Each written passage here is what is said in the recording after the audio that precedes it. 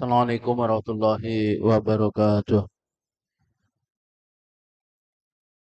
Bismillahirrahmanirrahim. Masyaallah la yashukul khairu Allah. Bismillahirrahmanirrahim. Masyaallah la yasrifu su'a ilallah. Bismillahirrahmanirrahim. Masyaallah ma kana min ni'matin wa min Allah.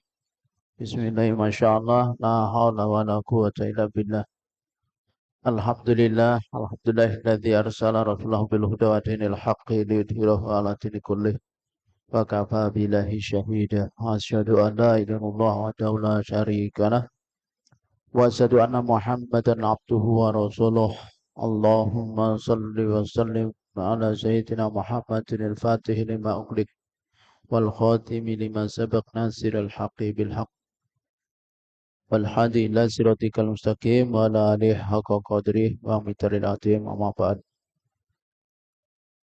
Qala ta'ala fi kitabil karim a'udzu billahi minasyaitonir rajim. Ala tuqatiluna qauman nakathu aymanahum wa hammu bi ikhrajir rasuli wa hum bada'ukum awwala marrah ahtasyawnahum wallahu ahaqqu ahtasyawhu in kuntum mu'minin qatiluhum yu'adzibuhumullahu bi'aidikum wa yukhrijum wa yuhzihim wa yansurukum alaihim wa yasfi sudura qaumin mu'minin. Sadaqallahu adzim.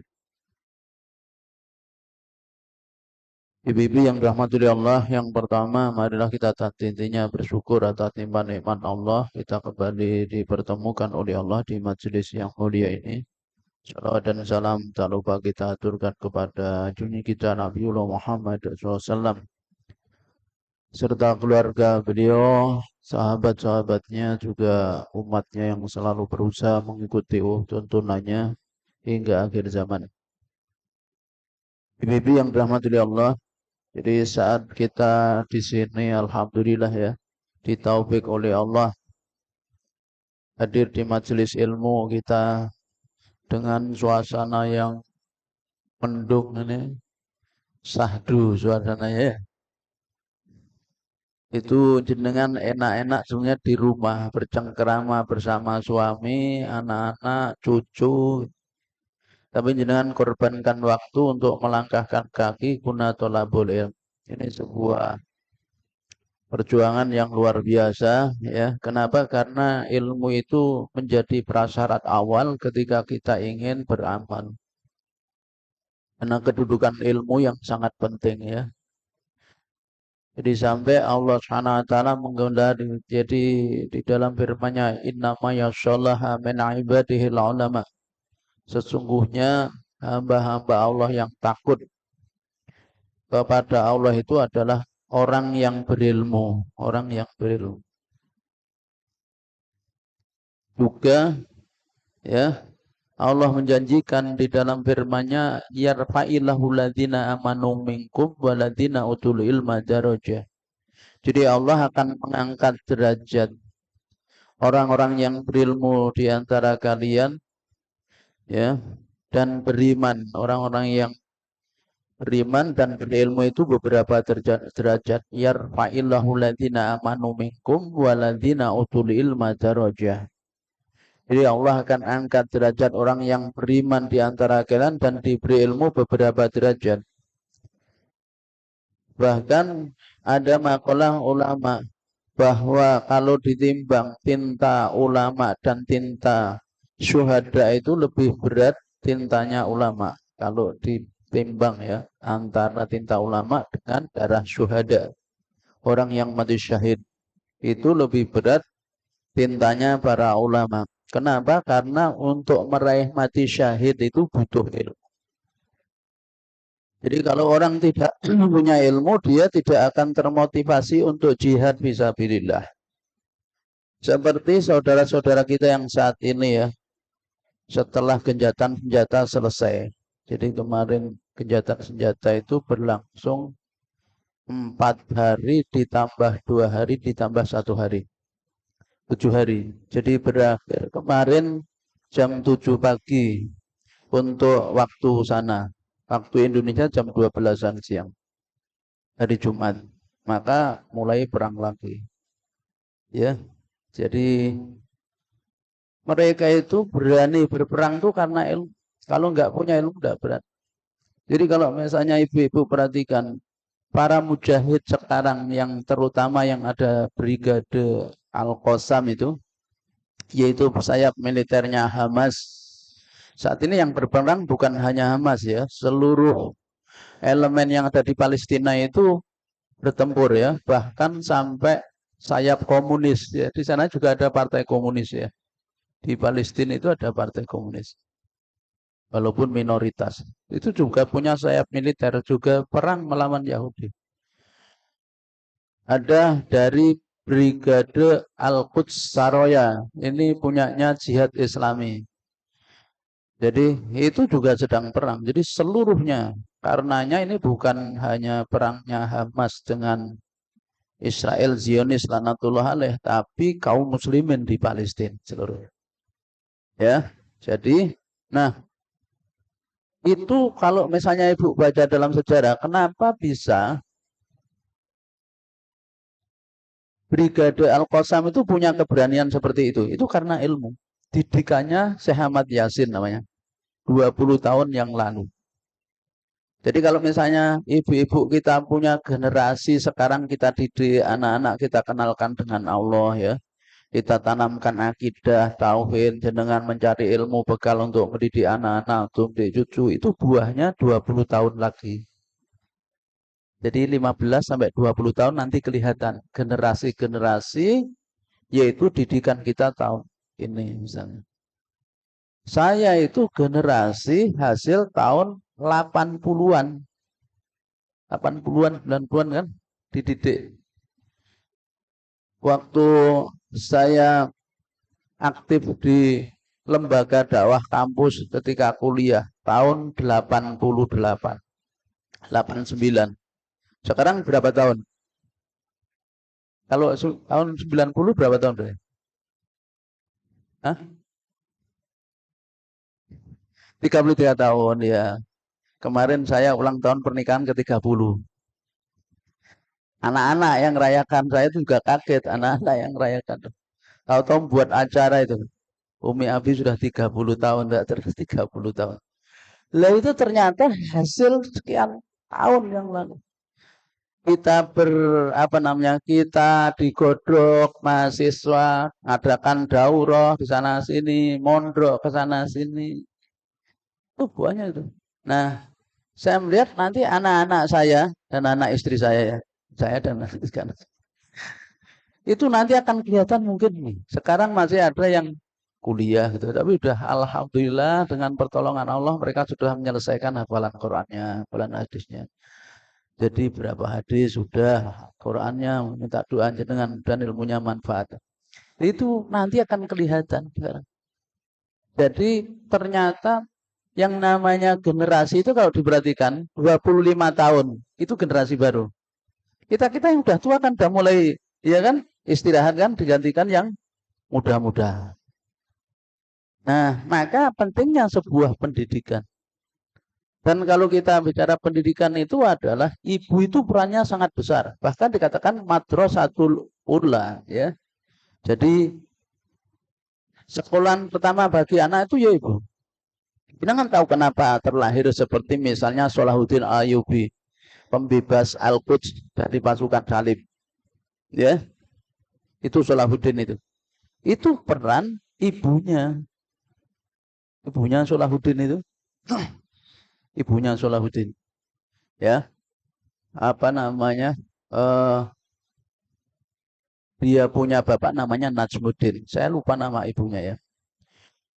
Itu ketika dia masih remaja itu, masih gadis, apa kata ibu Salahuddin? Dia mengatakan gini, saya tidak akan menikah kecuali dengan seorang laki-laki yang melahirkan pembebas Masjidil Aqsa. Jadi ibunya itu, ya, ibunya sudah sejak awal sebelum dia menikah, dia pengen punya anak, anaknya nanti yang membebaskan Masjidil Aqsa dari pasukan Salim.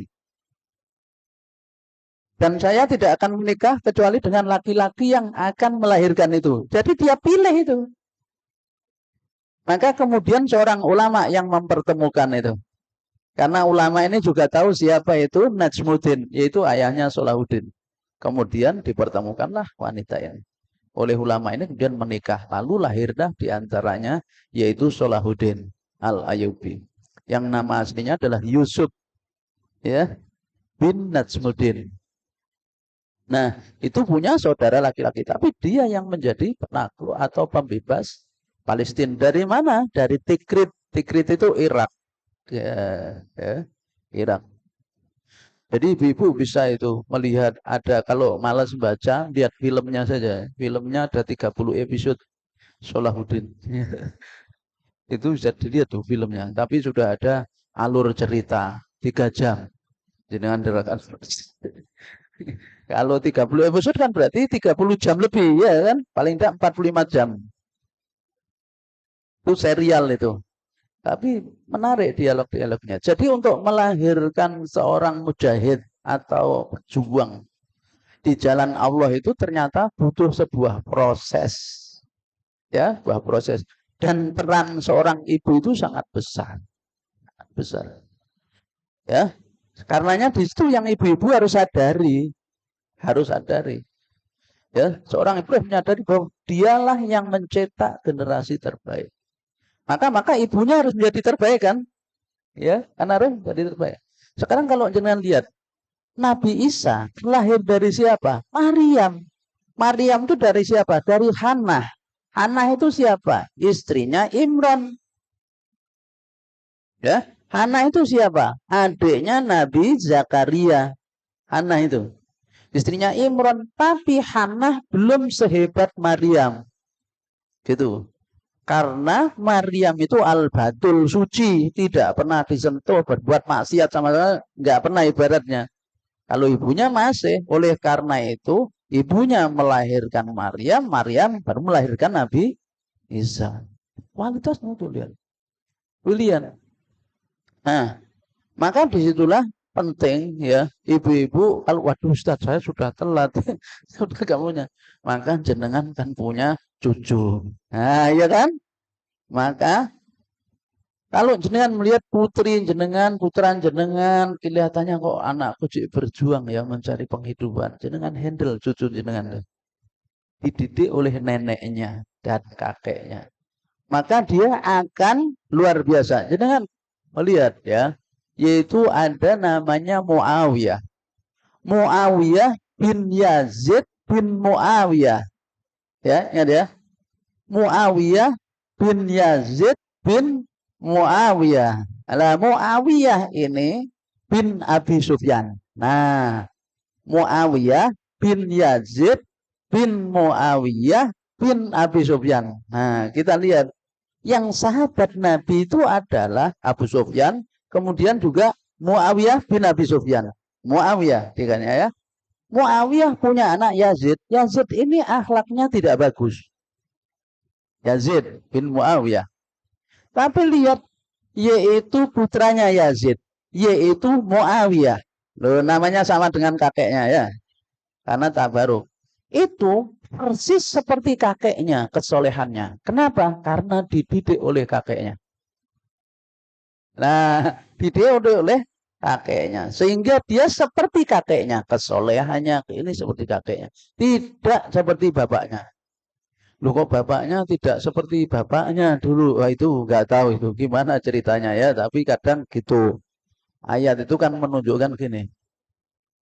Apa namanya? Jenengan surah Al Imran itu ya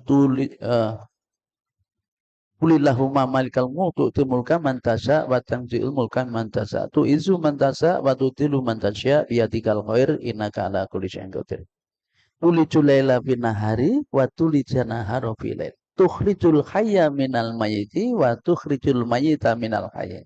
Nah, ayat terakhir itu mengatakan kadang Allah keluarkan yang hidup dari yang mati. Yang mati dari yang hidup. Ditafsirkan oleh ulama, dari Nabi kadang lahir naudzubillah orang kafir. Oh, siapa? Coba Nabi Nuh. Ya kan? Punya anak. Siapa? Kanaan. Ya, gitu kan? Tapi dari orang kafir lahir Nabi. Ya kan? Siapa? Nabi Ibrahim. Bapaknya siapa?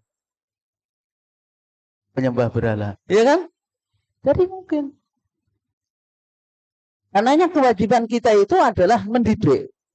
Bukan apa namanya, bahwa hasil didikan kita seperti yang keinginan kita. Tidak mesti. Tapi yang diwajibkan oleh Allah mendidik anak kita sesuai dengan tuntunan Allah. Hasilnya serahkan Allah SWT. Itu kan? Karena hisab kita itu adalah pada perbuatan yang kita mampu lakukan yang merupakan pilihan, yaitu mendidik anak kita atau cucu kita kayak yang di apa mendapat cucu kemudian diletakkan atau diambil alih oleh kakeknya, maka nah di situ kewajiban kita adalah mendidik sesuai dengan apa yang Allah tuntunkan, hasilnya Allah yang. Karena manusia tidak akan dimintai pertanggungjawaban tentang hasil. Karena hasil itu bagian dari ketetapan Allah Subhanahu wa taala.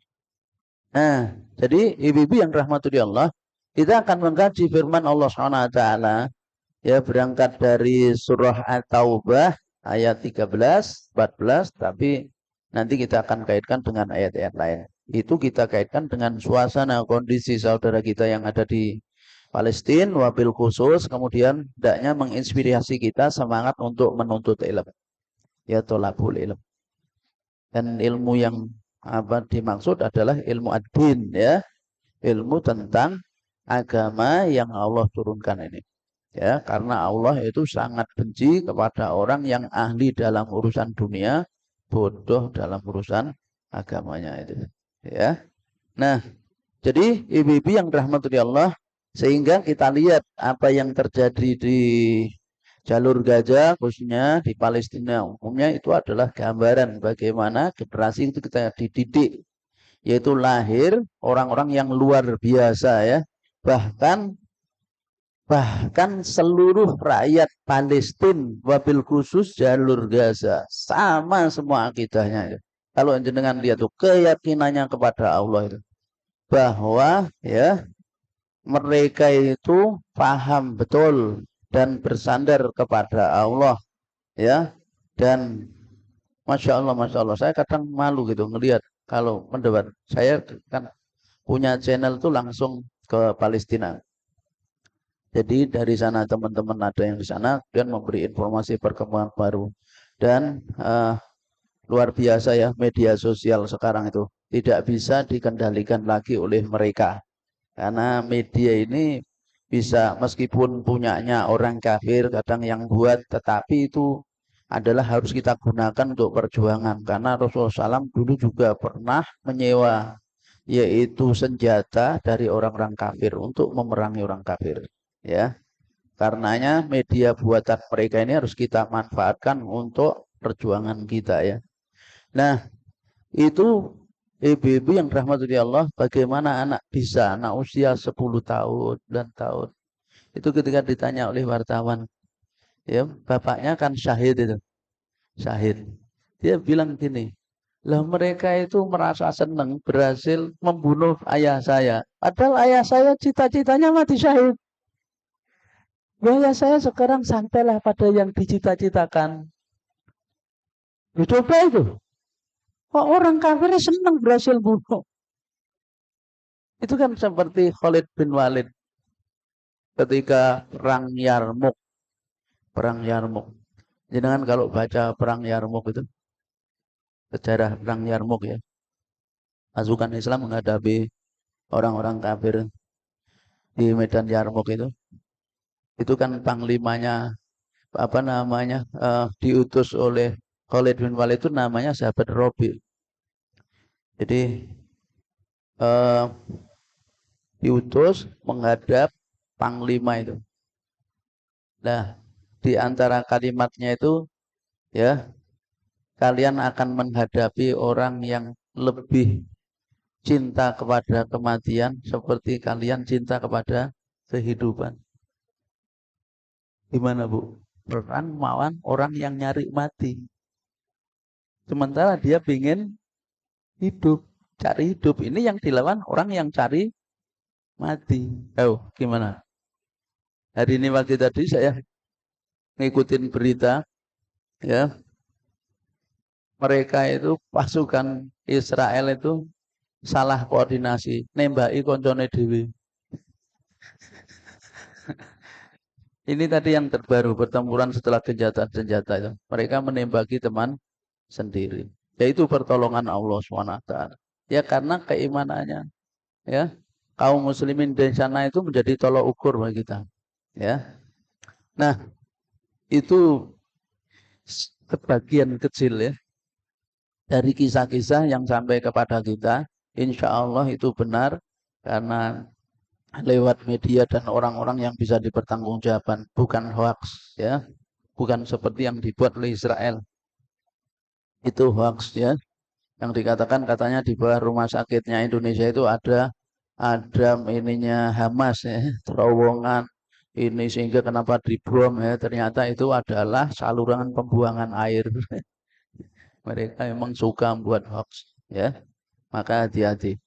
Nah, jadi kita sekarang lihat ayatnya. Sebetulnya ayat ini bicara tentang, yang jelas ayat ini bicara tentang jihad al-qital ya, yaitu berperang. Berperang di medan pertempuran. Jadi kita lihat bagiannya, yaitu firman Allah di surah At-Taubah ayat 13. Jadi Allah SWT berfirman di situ. A'udzubillahi minasyaitonirrajim. Ala tuqatiluna qauman nakatsu aymanahum wa hammu bi ikhrajir rasuli wa hum bada'ukum awwala maratin ahtasawnahum fallahu ahaqqu antahsyauhu in kuntum mu'minin. Jadi alam mengapa tidak tuqatiluna kalian memerangi kauman suatu kaum yang nakatu mereka merusak aimanahum perjanjian mereka, janji mereka. Wahamu dan mereka sangat ingin biikhrajir rasuli, mengusir rasulnya. Wahum sedangkan mereka pada hukum memulai memerangi kalian awal amarah pertama kali. Ahtasawnahum, apakah kalian takut kepada mereka? Aku Allah yang lebih ayat. Tahsauhu, kalian takut padanya in kuntum mu'minin, jika kalian adalah orang-orang yang beriman. Jadi kalau ayat ini konteksnya bicara tentang yaitu kaum muslimin yang dipimpin oleh Rasulullah SAW dan orang-orang kafir musyrik Makkah. Orang kafir musyrik Makkah. Konteksnya ayat ini ya. Tapi nanti kalau kita pahami sekarang, sebenarnya itu persis seperti apa yang kenapa yaitu Hamas melakukan serangan tanggal 7 Oktober itu. Mulai 7 Oktober. Maka kalau kita lihat tidak terlepas karena Palestina dijajah oleh Yahudi. Jadi adanya itu penjajahan. Ya, karenanya bahasanya pendudukan dijajah. Maka Yahudi itu adalah penjajah. Awalnya datang sebagai apa? Awalnya itu sebagai pengungsi. Jadi kalau itu dengan dari sejarah itu, jadi orang Islam itu kan ya, karena mereka itu apa namanya diusir dari Eropa, terjadi genosid terhadap Yahudi di negara-negara Eropa itu, yang dilakukan oleh Hitler itu ya, Hitler. Kalau misalnya ibu baca sejarah ya, masih ingat sekolah SMA-nya? Oh, udah lupa Ustaz, tidak apa-apa. Ya, nanti bisa lihat. Itu mereka itu apa? Yang mau menampung diantaranya apa? Wilayahnya kaum muslimin. Nah, orang Islam itu ya Allah, lembut-lembut hatinya itu. Jangankan tamu ya, ini lebih dari tamu. Tamu aja dilayani. Ini orang ngungsi, ya ditampung, ditampung. Karena memang ajaran Islam seperti itu. Ajaran Islam itu kalau misalnya jenengan ketamuan orangnya baik, dohirnya gini disuruh nerima, kalau sudah diterima itu maksimal 3 hari, dikasih 3 hari itu. Gratis, 3 hari gratis itu. Makan, minum, gratis itu di rumah gitu. Kurang baik gimana? Terus hari keempat tamu itu nodong jenengan. Udah loh, aku lah yang kene ra. Nek ora oleh tak dor. Nah, ngono kuwi kaya ngono kuwi. Lho jenengan wedi. Wis Pak timbangane Lah terus wong Jopo ngomong ini wengi mene, omahe diparu, omahe diparu. Lho deh. Wong Jopo ki timbangane sampean tukaran wae diparu sing rukun. Lah coba ngono kuwi lho mau. Soalnya gitu coba aja bayang sih. Nah, jadi ayat ini jelas mengapa kalian tidak memerangi mereka orang musyrik yang merusak janji. Jadi membuat perjanjian apa? Hudaybiyah. Ibu ingat perjanjian Hudaybiyah. Perjanjian Hudaybiyah itu adalah terjadi tahun 6 Hijriah. 6 Hijriah. Ini kita bicara di masa Rasul ya. 6 Hijriah ada perjanjian Hudaybiyah, di mana perjanjian Hudaybiyah ini berintinya perjanjian damai, tidak saling menyerang, masa berlaku, kalau bahasanya gencatan senjata ya, perjanjian damai berapa tahun? 10 tahun, nggak main-main itu masa berlakunya perjanjian damai antara Rasulullah SAW kaum muslimin Madinah dengan orang musyrik Makkah. Berapa tahun? 10 tahun. Nah, kemudian tahun kedua orang kafir musyrik itu melanggar janji perjanjian, yaitu sekutunya mereka orang musyrik ini menyerang sekutunya Rasulullah SAW. Kan begini ya, kalau misalnya jenengan tahu perjanjian itu, biasanya masing-masing pihak itu ada yang membela. Siapa yang berada di pihak ini, siapa di pihak ini. Ya, kayak kemarin misalnya yang di pihak apa namanya Hamas siapa, yang di pihak Israel siapa gitu, itu ada ya. Yaman sudah mengatakan di pihak Palestina, pokoknya gitu ya. Yaman, kemudian Yordan, kemudian Inggris, Amerika, dan ini di pihaknya Israel, ya gitu, katakan gitu. Nah di masa Rasul gitu. Nah ternyata ada sekutu ini, sekutunya orang-orang kafir Quraisy menyerang sekutunya Rasul, maka itu pelanggaran. Disitulah kemudian Allah perintahkan Rasulullah untuk memerangi mereka orang musyrik itu. Maka kemudian terjadilah perang yang namanya Fathul Makkah, Futuh Makkah. Ya. Jadi terjadi pada tahun 8 Hijriah. Tadi perjanjiannya 6 Hijriah, kemudian terjadi pelanggaran pada masuk tahun kedua yaitu 8 Hijriah, maka Rasulullah SAW kemudian menyerang Mekah, menggerakkan 10.000 pasukan menaklukkan Mekah pada bulan Ramadan tahun 8 Hijriah. Nah, itu dengan kekuatan penuh. Nah, kita kembali kepada ayat. Jadi dalam konteks itulah kenapa yaitu ya kaum muslimin yang diwakili oleh Hamas itu kemudian sayap militernya itu menyerang yaitu Israel tanggal 7 Oktober. Sebab perangnya ini sudah diawali dulu. Jangan terbayang nggak? Jangan tahu nggak? Gaza itu luasnya 250 ribu kilometer persegi. Itu dihuni hampir 3 juta.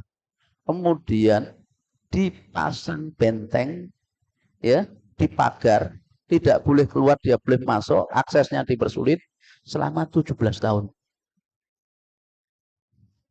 Maka kemudian dari mana mereka dapat makanan itu pakai terowongan, buat terowongan, ya, terowongan di bawah tanah itu berapa dari tanah?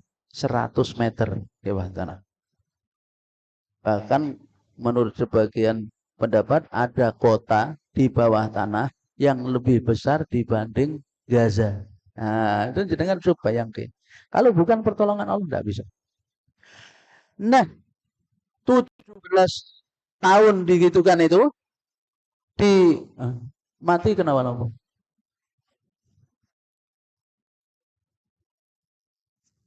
Jadi ya selama 17 tahun itu apa namanya ibu-ibu ini cara Allah mendidik. Jangan nggak lihat. Berharap kepada siapa? Kepada pertolongan siapa? Menjadikan mereka semua itu hanya berharap kepada Allah.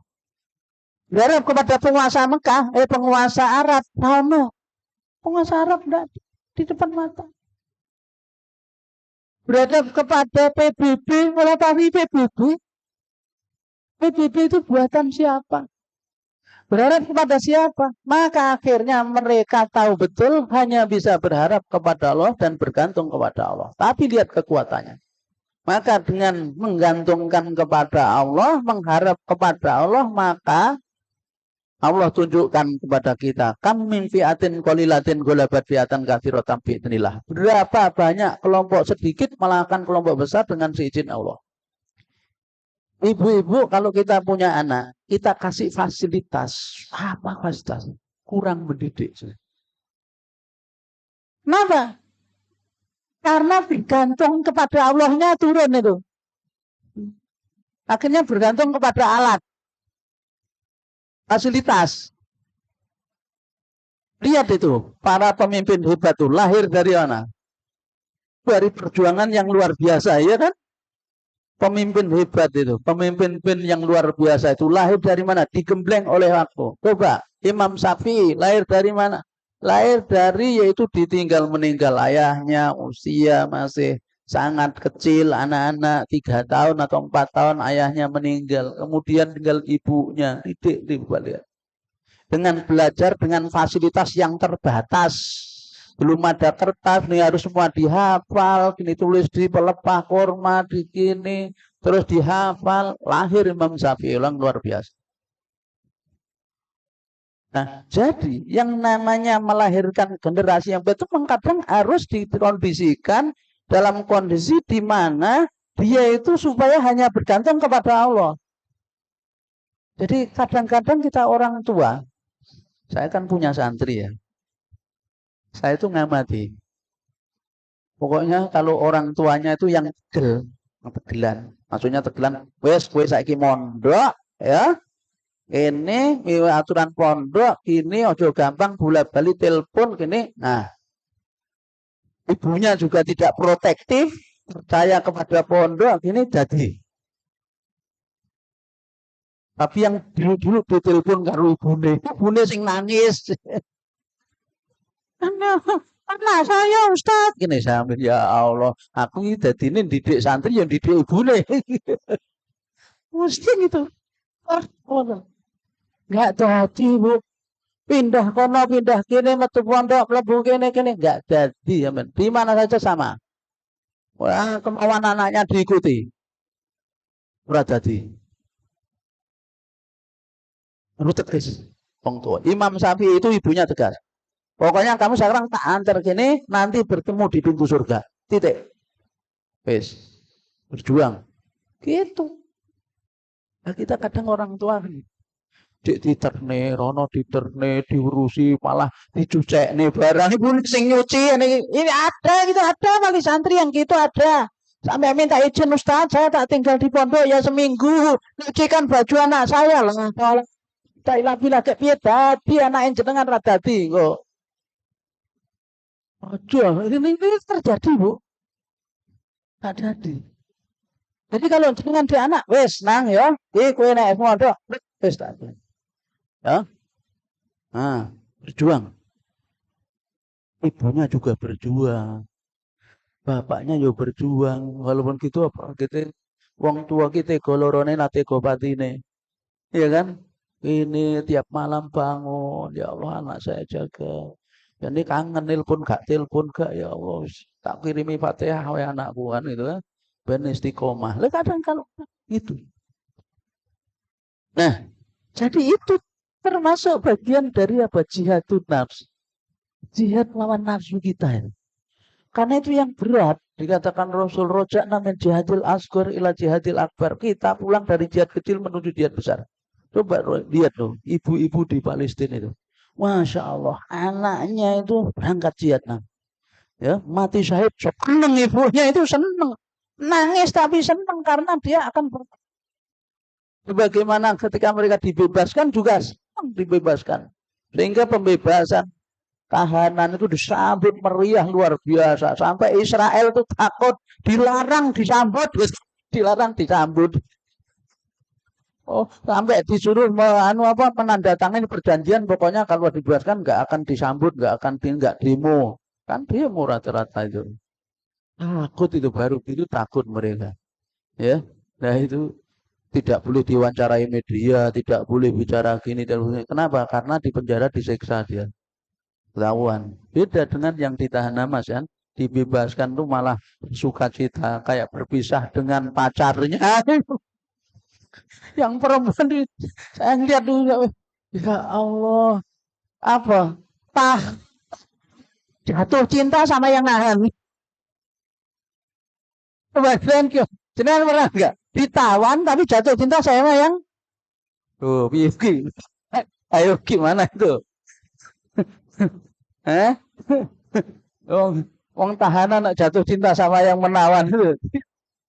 Padahal tidak seperti yang saya bayangkan, ya orangnya lembut, ganteng-ganteng, terus gini. Kan gitu kan? Malah jatuh cinta.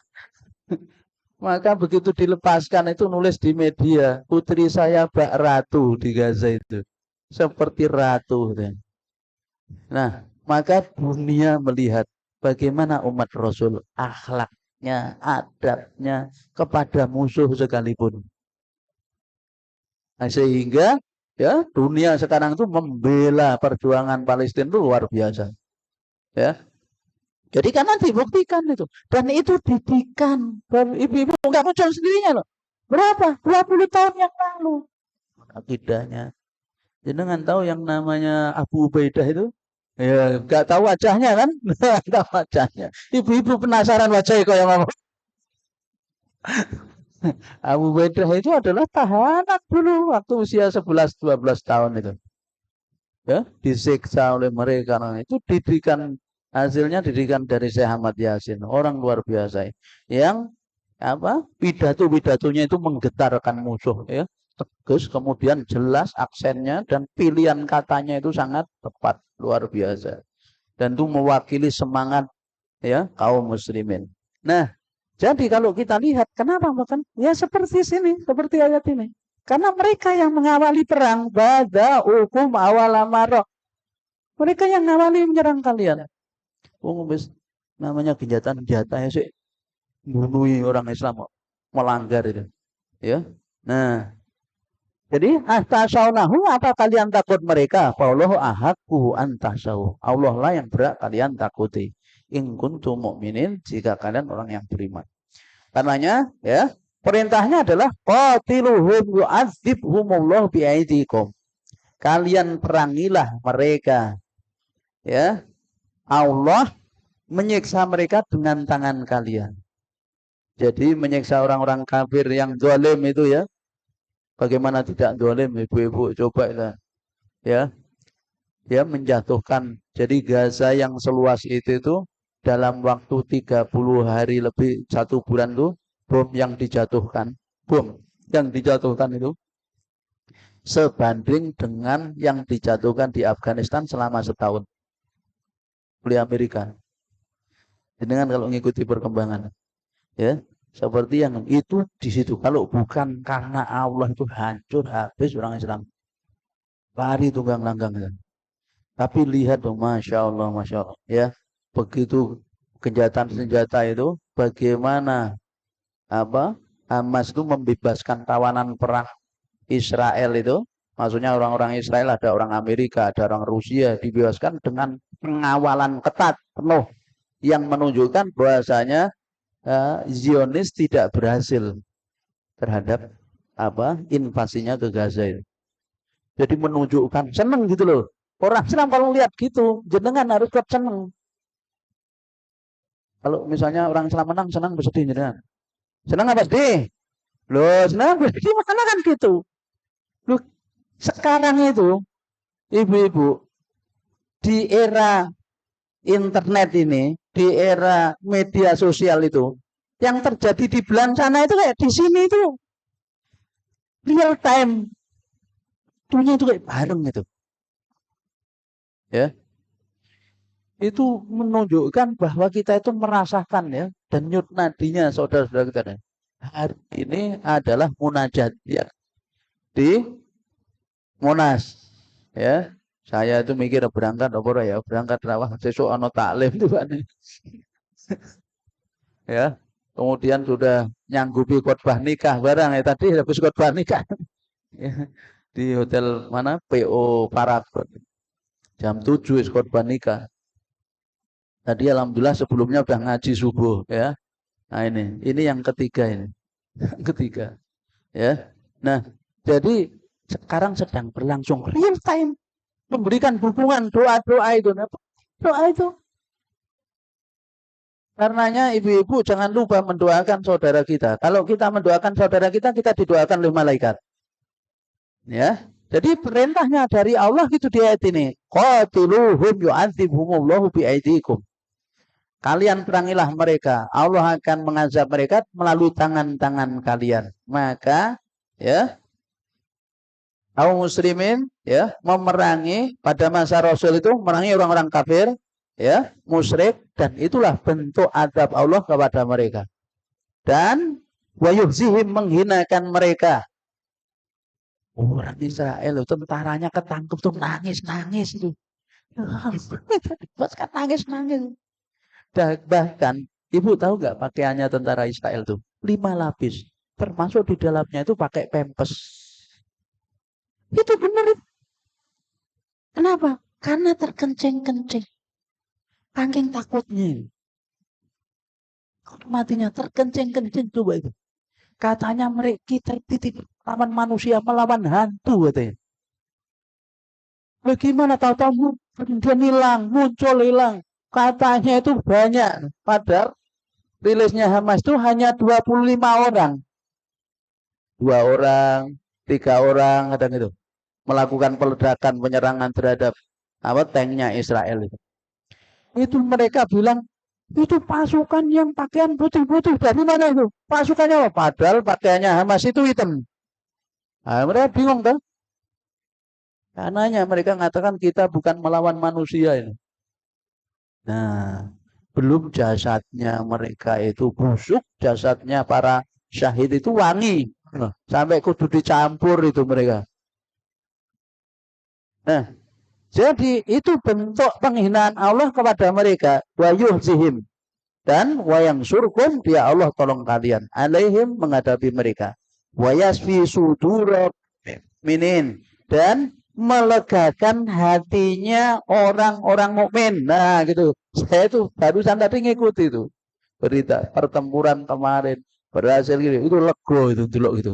Dulu orang kafir itu ya yang zalim seperti itu kemudian dikalahkan itu lego gitu. Hati itu ikut lego.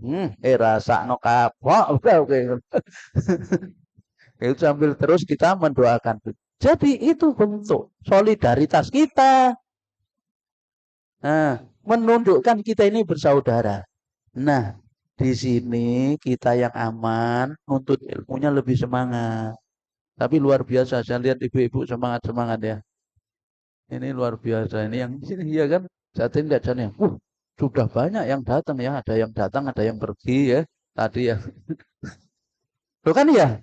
Kan karena tadi kita belajar kan. Ada yang belajar ini, pergi. Nanti belajar nanti bisa ngikutin lewat YouTube gitu kan. Karena kan ada keperluan. Nah jadi harus semangat. Kenapa? Karena apalagi wanita. Ya. Seorang wanita itu kan tidak wajib jihad di kital. Tidak wajib, ibu-ibu tidak wajib jihad di medan pertempuran, tidak. Yang wajib laki-laki. Lah jihadnya wanita itu. Jihadnya wanita itu ngurusi anak-anak. Ya. Kemudian menuntut ilmu. Jenengan ngurusi putra-putra jenengan. Atau ngurusi cucu. Ya. Itu kalau misalnya kada kan. Pokoknya putuku, anakmu kok nang ibu wae. Wah, wis iki. Ora ana sing diurus malah ngalor ngidul ngetan ngulon. Oh, butuh kan ana hiburan ya. Nah, itu ada yang gitu. Ada gitu. Ya. Nah, jadi itu adalah bagian adalah boleh dibilang jihadnya seorang wanita. Menuntut ilmu ini penting. Ya. Nah, sehingga ibu-ibu ya mesti semangat. Ya, insya Allah semangat ya. Semangat bersemangat. Semangat. Iya kan? Kalau nggak semangat ya nggak sampai sini Ustaz. Nah, kemudian juga kalau kita lanjutkan ayat berikutnya itu apa? Wa yudhib qulubihim. Dan untuk menghilangkan panas hati orang-orang mukmin. Ya. Saya lupa nggak bawa charger. Ada. Jenengan punya charger nggak, Bu? Yang sama dengan ini? Atau ini dicas? Mungkin dicas ini nanti ini saya mati. Apa namanya? Ada nggak? Lupa. Ini HP mudah drop. Dicaskan enggak apa dicas di situ atau di mana ada cas, terutama untuk baterainya supaya apa internet saya nggak mati. Nah, jadi kalau kita lihat di ayat berikutnya itu apa tujuannya itu? Di samping dia yaitu ya mengobati wayasfi suduru qaumi mukminin dan mengobati hatinya dadanya orang beriman. Dikatakan oleh Allah pada ayat 15-nya wa yudhib ghaidha qulubihim dan menghilangkan yaitu panasnya hati mereka. Hatinya kaum mukmin itu kan panas itu kalau melihat gitu, Pak.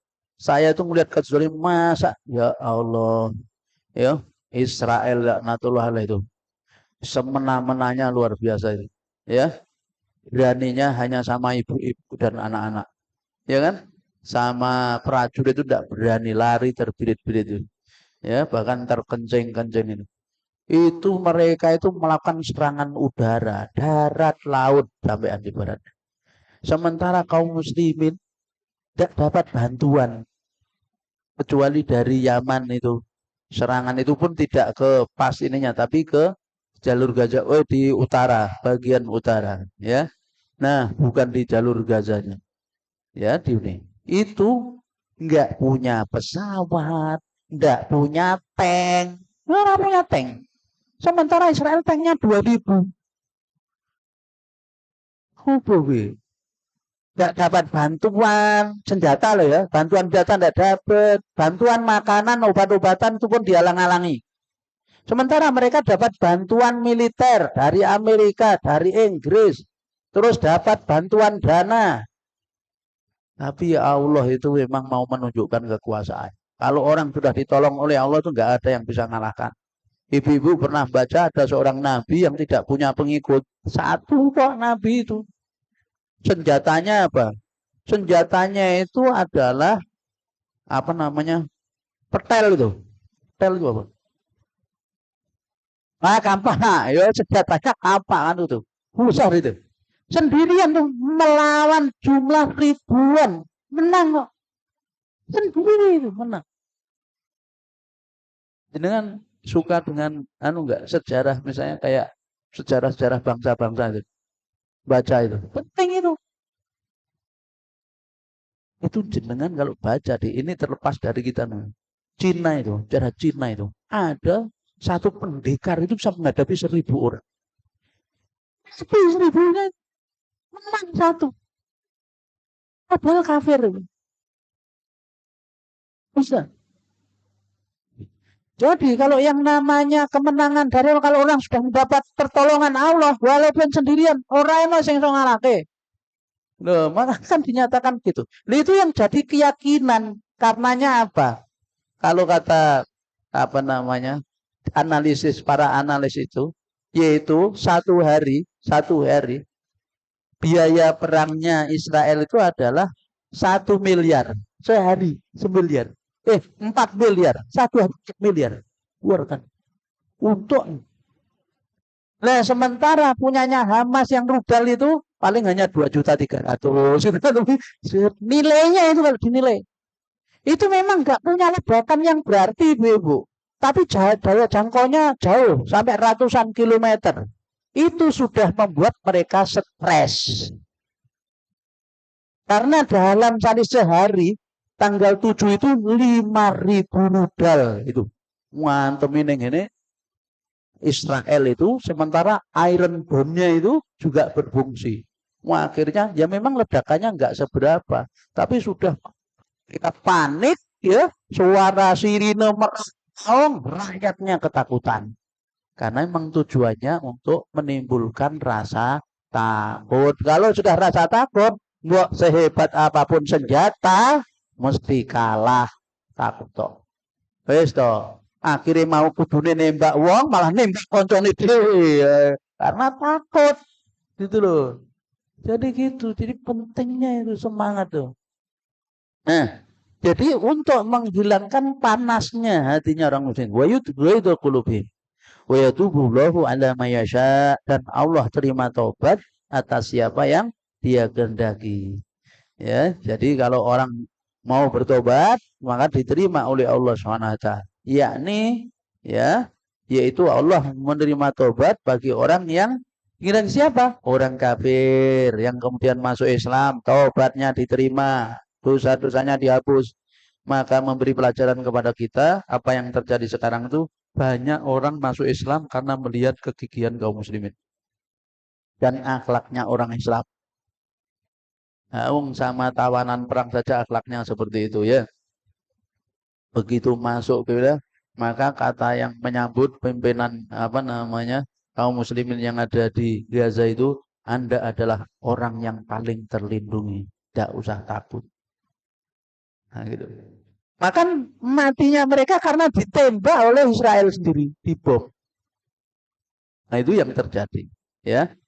Jadi ibu-ibu, maka kalau kita lihat itu semua mereka punya karena ilmu.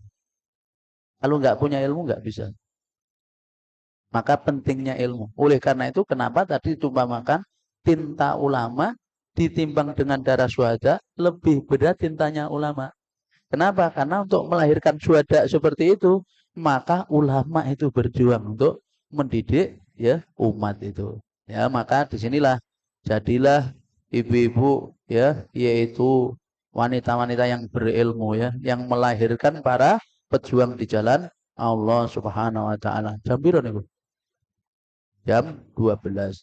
12 kurang 2 jam maksud. Ibu-ibu kalau nggak gitu ngantuk, jenengan ada yang ngantuk, saya lihat no teklu gitu ya. Ngomong jihad yo no sing ngantuk. Memang kata Imam Nuqaim Al-Jauziyah itu, kalau ngantuk ketika belajar dari setan. Itu. Tapi kalau ngantuk ketika ada di medan jihad dari Allah Subhanahu wa taala. Nah, sekarang ada pertanyaan dulu, biar nggak ngantuk. Kalau ada pertanyaan, kan waktunya masih 30 menit kan? Sampai setengah 11 ya, Bu? Oh ya, monggo kalau ada pertanyaan.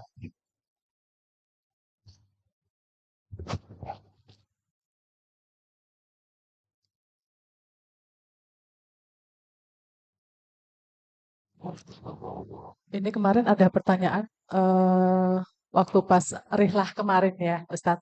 Pilih kemana? Iya, pekan kemarin itu kan ada rihlah ke Ungaran ya untuk Oh, ke sini. saya kan nggak tahu harus. Iya, Nah, gimana? ada jamaah yang menanyakan terkait dengan Palestina. Itu tentang julid fisabilillah itu. Jadi itu kan sedang viral juga kalau netizen Sebentar, sebentar. Indonesia. Julid itu apa? Saya tuh Oh, julid itu bahasa maklum orang ya, orang kuno. julid itu apa?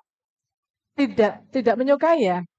Ya, jadi nyinyirnya itu kepada Israel gitu. Ya, kepada Israel. Ya, Jadi rame-rame julid. untuk julid, terutama ke media sosialnya Israel itu. Dan itu membuat mereka menjadi stres, ya, down. Terus kemudian ya saya dengar memang banyak sekali dari Indonesia sama Malaysia tuh di satu grup di Instagram yang jumlahnya ada sampai 53 ribu atau 53 juta anggota. Di situ rame-rame menyerang akunnya dari Netanyahu, dari IDF, dari tentara-tentara Israel itu dan membuat mereka menjadi down. Nah, pertanyaan dari jamaah itu, kalau melakukan julid fisabilillah artinya Nyinyir. di media sosial rame-rame itu bagaimana gitu. Terus itu kan ada tuh yang tentaranya Israel yang joget-joget TikTok gitu ya. Yang katanya tuh itu tulang lunak, terus ada juga yang tentaranya tuh perempuan pendek dibilangin stunting gitu. Nah, itu kan body shaming itu ya, menjelekan itu bagaimana Ustadz? Ya. Ya. Jadi begini, Bu. Pertama kita bilang jihad fisabilillah ya. Jadi ayat-ayat yang menyatakan seperti misalnya qatiluhum yu'adzibuhum biaidikum. Itu al jihad ay al-qital, yaitu perang. Jadi jihad yang dimaksud ketika ada ujahiduna fisabilillah bi amwalikum wa anfusikum, berjihad di jalan dengan harta dan jiwa kalian, itu yang dimaksud qital, perang. Nah, kemudian para ulama bahas bahwa jihad itu ada yang mubasyaratan, langsung berhadapan dengan musuh, ada yang ghairu mubasyaratin, yang tidak langsung. Maka ya, jihad itu hukumnya wajib. Apalagi kalau diserang seperti kondisi saudara kita yang di Palestina, di Afgan, terus negeri kita ketika zaman Belanda misalnya, maka dikatakan jihad di jalan Allah kalau yang diperangi orang kafir untuk menegakkan kalimat Allah guna mencari ridha Allah. Maka yang meninggal syahid fisabilillah, mendapat pahala orang yang mati syahid, ya. Nah, kemudian di dalam jihad ini ada aktivitas yang tidak secara langsung terkait dengan jihad tapi mendukung jihad. Seperti misalnya memberi semangat pada para mujahid dengan apa? Membuat yaitu syair, ya, mengirim syair, pujian-pujian, dorongan semangat, sehingga para mujahid itu lebih bersemangat di jalan Allah SWT.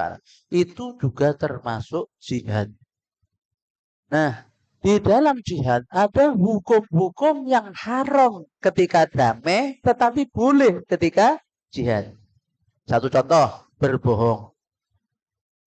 Berbohong itu kan hukum asalnya apa? Tidak boleh. Tapi kalau ketika jihad di jalan Allah, ya, dalam suasana perang, bohong boleh. Malah kalau nggak bohong, nah, sampean takut, pimpinanmu nanti markasnya di mana? Oh ya, markasnya di mana? Coba itu, terowongannya Hamas itu di mana? Saya kan nggak boleh bohong, Ustaz. Anjir.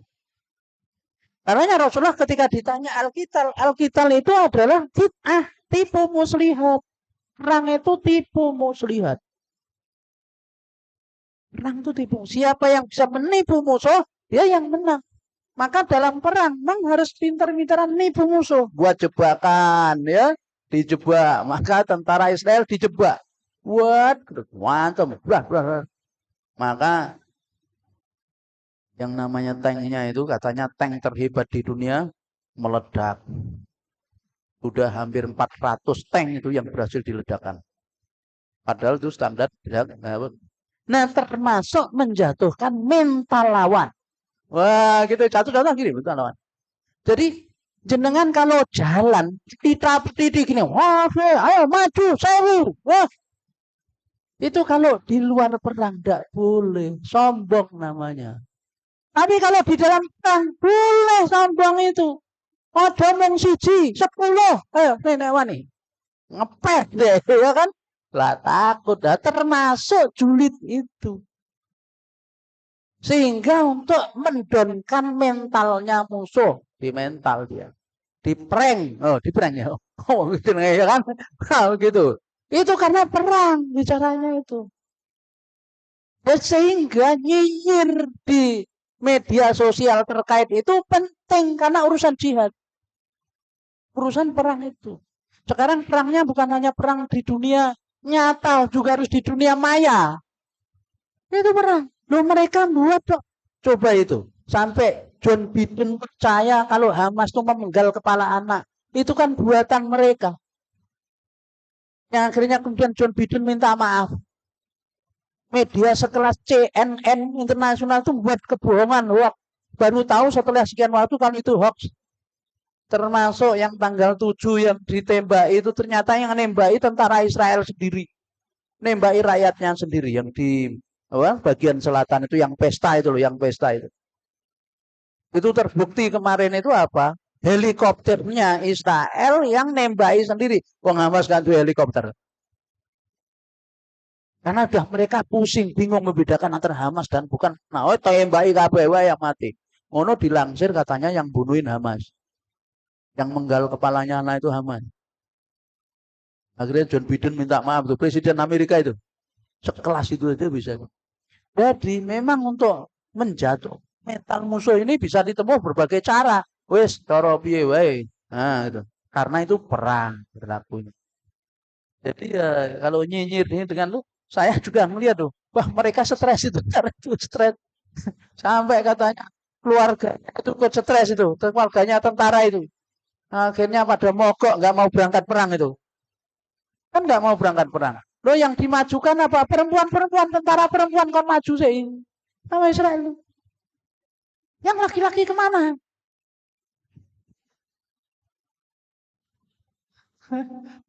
Melambai semua akhirnya ya. Ya, hati-hati ya, gara-gara makan apa ayam horен nanti jadi melambai. Belum masuk ono hubungannya Ustaz, dia bisa jadi ya. Makanya, maka hati-hati ya. Jadi pakai ayamnya ayam kampung kalau bisa. Ya, yang gesit-gesit itu, yang enggak melambai. Jadi julid dalam hal itu nyinyir dimana kemudian untuk menjatuhkan mental musuh sesuatu yang boleh. Apalagi kalau ini berkaitan dengan jihad. Ini boleh dibilang jihad secara tidak langsung, ghairu mubashshar, dengan media sekarang. Termasuk misalnya kita mengupload, menyebar ya. Itu kan rilis itu. Rilis apa namanya pertempuran itu. Nah, kemudian disebar. Wah, akhirnya itu membuat mereka takut. Sehingga 2000 lebih tentara Israel tidak mau berangkat. Bahkan Benyamin Netanyahu diancam mau dibunuh itu oleh tentaranya Israel sendiri itu. Karena dia yang menyulut perang. Itu kan. Nah, jadi kondisinya Masya Allah. Itu pengaruh media sosial sangat besar. Sangat besar.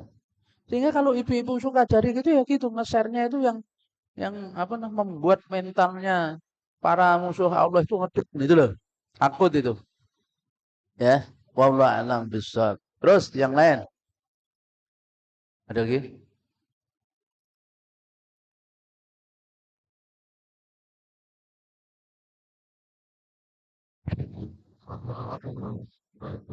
Jamaah di bawah silahkan. Kalau nggak ada, saya akan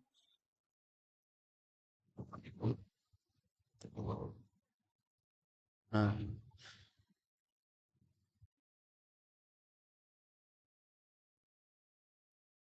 bentar, bentar.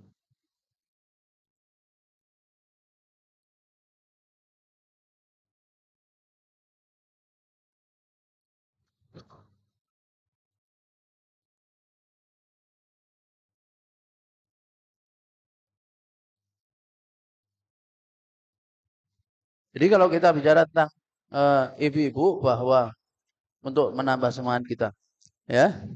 Jadi hal yang sangat penting bagaimana panjenengan itu belajar, kita belajar. Jadi dalam hal belajar itu bahwa pelajaran akidah itu sangat penting. Ya, akidah. Satu contoh ini. Ada makalah perkataan dari namanya Izzuddin Al-Qassam. Izzuddin Al-Qassam kan nama orang itu, ya. Dia adalah yang melahirkan Brigade Izzuddin Al-Qassam. Dia seorang mujahid. Dia itu belajar akidah itu 20 tahun. Belajar akidah 20 tahun. Dengan belajar akidah berapa? 20 tahun, Bu. Itu belajar akidah. Dia katakan, ya akidah. Begitu maju di medan pertempuran, begitu maju di medan pertempuran, takut dia tuh lari dari medan peperangan tuh. Izzuddin. Akhirnya kemudian ternyata itu tidak memberi jaminan orang sudah dibantu akidahnya 20 tahun gitu. Tapi harus ada amalan lain untuk menghujamkan akidah itu di dalam diri. Itu cerita yaitu tahajud. Jadi setelah saya mendapatkan tahajud saya, maka kemudian medan pertempuran tidak ada rasa takut untuk mati. Karena memang ya tahajud itu menjadi kekuatan tersendiri. Karenanya kenapa kewajiban pertama sholat kaum muslimin itu tahajud. Di Mekah itu tahajud. Setelah turun perintah sholat 5 waktu, tahajud bagi Nabi tetap wajib, bagi umatnya sunnah. Berarti posisi sholat tahajud itu sangat penting untuk mengokohkan akidah, keyakinan. Jangan tahu Muhammad Al-Fatih yang penakluk Konstantin, dia sejak balik gak pernah berdiri tahajud. Mulai balik. Berarti usia 15 tahun. Tidak pernah berdiri tahajud. Pasukan Zenisseri, ya, yang merupakan pasukan terelit itu adalah tahajud itu seperti wajib. Boleh meninggalkan tahajud. Nah, pasukan Brigadir Al-Qassam itu salah satunya untuk menjadi anggota harus bisa menjaga sholat tahajud. Di samping hafal Quran. No maksiat, no smoking. Itu. Sebelum tempur murojaah dulu kok. Murojaah. Sebelum tempur itu murojaah sih. Sehari itu minimal 1 juz. Murojaahnya sehari minimal 1 juz. Sedangkan mereka hafalannya minimal 15 juz. Baru diterima sebagai anggota pasukan. Bagi tentaranya itu loh. Jadi nggak sembarangan itu. Nah kalau kita lihat ibu-ibu posisi sholat tahajud itu, ya sampai Allah SWT turunkan ayat khusus kan, ya ayyuhal muzammil qum min laila illa qalila kan gitu. Rasul diperintah wahai orang yang bersimulimot, ya kum berdiri kau di malam hari sholat kecuali sedikit berarti harus banyak sholat, ya kan? Nah jadi artinya tatkala kita ingin menjaga keistiqomahan di dalam menuntut ilmu itu, salah satunya adalah jaga tahajudnya. Jaga tahajud. Jam berapa Ustaz? Intinya jangan sampai habis tahajud tidur lalu subuhnya. Nah, ya. Itu loh. Maka kalau sekarang tuh jenengan ya jam 3. Ya. Jam 3 lah. Minimal jam 3 tahajud waktu.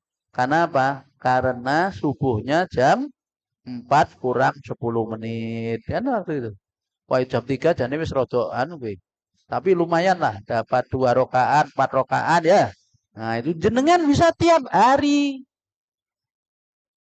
Tahajudnya jaga supaya untuk menjaga keistiqomahan tadi itu. Karena yang paling berat ketika bicara menuntut ilmu itu istiqomah. Istiqomah loh, Bu. Istiqomah itu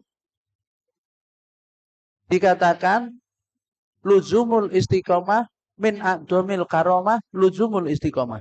Jadi karomah yang paling utama itu adalah orang istiqomah. Ya, karomah yang utama itu istiqomah. Jenengan bisa terbang di angkasa tanpa menggunakan alat, berjalan di atas air. Itu masih kalah dengan istiqomah keutamanya. Jadi karena apa? Setan juga bisa terbang di angkasa, bisa di jalan air. Tapi kalau istiqomah terikat dengan hukum Allah, kewajiban menuntut ilmu di antaranya. Nah, itu terbukti sudah. Ya, karena Allah menjanjikan tentang istiqomah itu kan di dalam firman-Nya itu. Innalladzina qalu rabbunallahu tsumma istaqamu tatanazzalu alaihimul malaikatu alla takhafu wa la tahzanu wa abshiru bil jannati allati kuntum tu'adun. Itu surah yaitu surah 41 itu. 41 ya. Ada Quran enggak, Bu? Di sini biasanya ada Quran yang ada. Oke. Pinjam, Bu. Enggak ada apa-apa. Dalam Quran.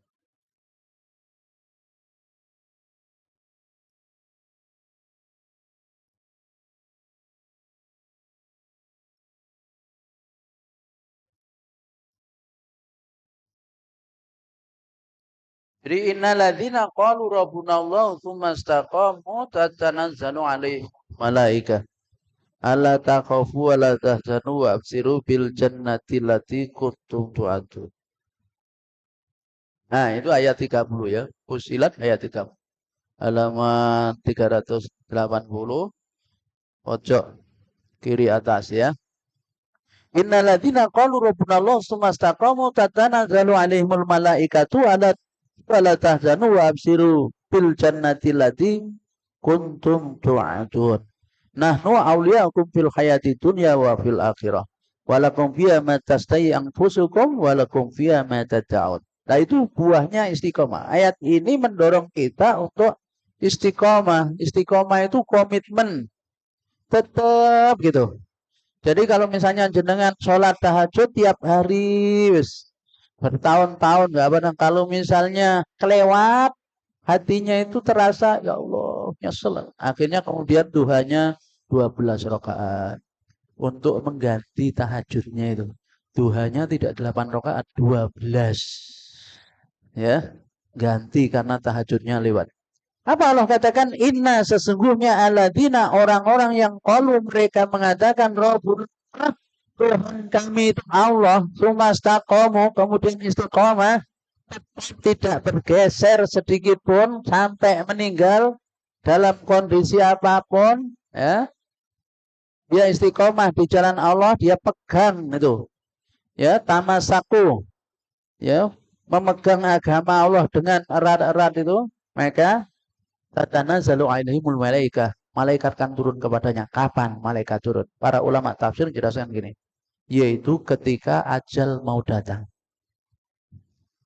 Ajal. Ketika ajal mau datang, biasanya orang di hatinya itu rasa takut, was-was dan lain sebagainya.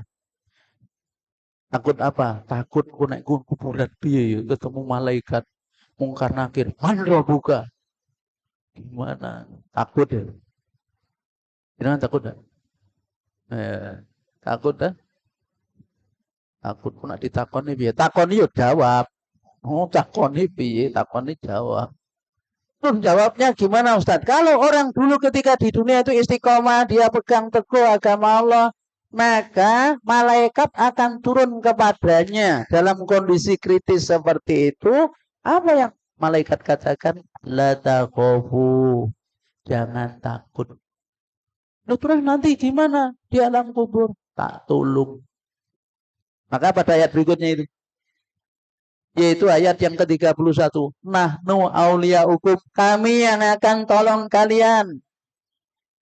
Fil hayati dunia, di dalam kehidupan dunia, ketika di alam kubur kami tolong kalian.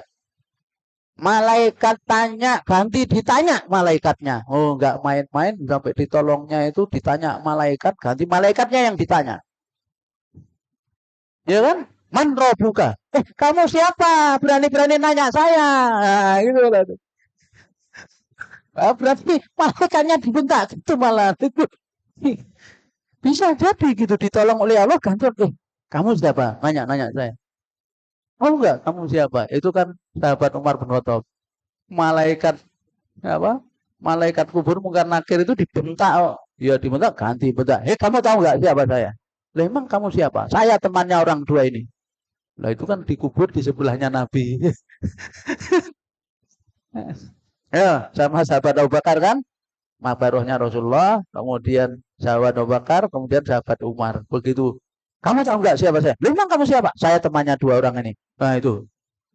Ternyata yang diandalkan Rasulullah SAW. Saya temannya ini. Rasulullah dan Abu Bakar As-Siddiq. Ini mana? Udah nggak berani nanya lagi ya kan? Nah gitu. Karena punya teman itu. Nah kalau pilihan kan teman kan tidak jauh dari temannya kan? Maka hati-hatilah milih teman. Malaikat akan nulung. Allah tolong sehingga bisa menjawab lancar semua. Dijawab pertanyaan lancar. Ya, akhirnya kemudian dibentangkan di hadapannya surga. Karena lancar semua dijawab dengan jawaban yang benar atas bantuan Allah melalui malaikatnya. Nah, itu buah istiqomah. Kemudian malaikat Allah tahzanu dan jangan kalian wala tahzanu, jangan kalian sedih. Biasanya orang tuh sedih itu dengan yang ditinggal. Nanti gimana anak-anak saya kan masih kecil-kecil. Terus dari mana? Malaikatnya, gak usah takut, gak usah sedih. Nahnu awliya'ukum, kami yang tolong kalian, kami urus. Maka kemudian Allah SWT memberitahu kepada kita. Ya, di dalam surahnya An-Nahl. An-Nahl itu surah ke-16. Nah, ya. Nih, surah An-Nahl ayat 90. Nah, 97. Jadi dia ada kok. Gak usah sedih. Loh, anak saya. Gak usah sedih. Saya yang akan tolong kalian. Nahnu aliyakum. Maka Allah sampaikan, man amila sholihan min dzakarin aw untha wa huwa mu'minun falanuhyiyannahu hayatan thayyibatan wala naziyannahum ajrahum bi ahsani ma kanu ya'malun. Nah, man barang siapa amila sholihan, amal soleh. Siapa yang amalnya soleh, min dzakarin aw untha, laki atau perempuan, wa huwa mu'minun, dan dia orang yang beriman, falanuhyiyannahu maka sungguh benar-benar kami akan berikan kehidupan kepadanya, hayatan thayyibatan, kehidupan yang baik. Ora usah khawatir. Kamu kan sudah berusaha mendidik anakmu menjadi anak yang soleh, ya. Tidak usah khawatir, kami tolong. Nih jaminan dari Allah, diberi kehidupan yang baik. Nah, diberi kehidupan yang baik. Ya, ditolong oleh Allah. Ya, kami yang akan nolong kalian. Nah, ya, dunia akhirat, di dunia gitu. Di akhirat nanti ketika catat amal, yaitu penghitungan amal, maka ditolong oleh Allah. Maka kemudian dikatakan wa absiru bil jannati allati kuntum tu'adun. Bergembiralah kalian dengan surga yang kalian diberi janji. Nah, maka kenapa orang-orang yang istiqomah di jalan Allah itu, dia sampai meninggal dunia, maka diberi kabar gembira oleh Allah surga. Jadi buah dari istiqomah dan keutamaan istiqomah. Karenanya orang yang istiqomah itu hatinya akan ditenangkan oleh Allah, dihibur.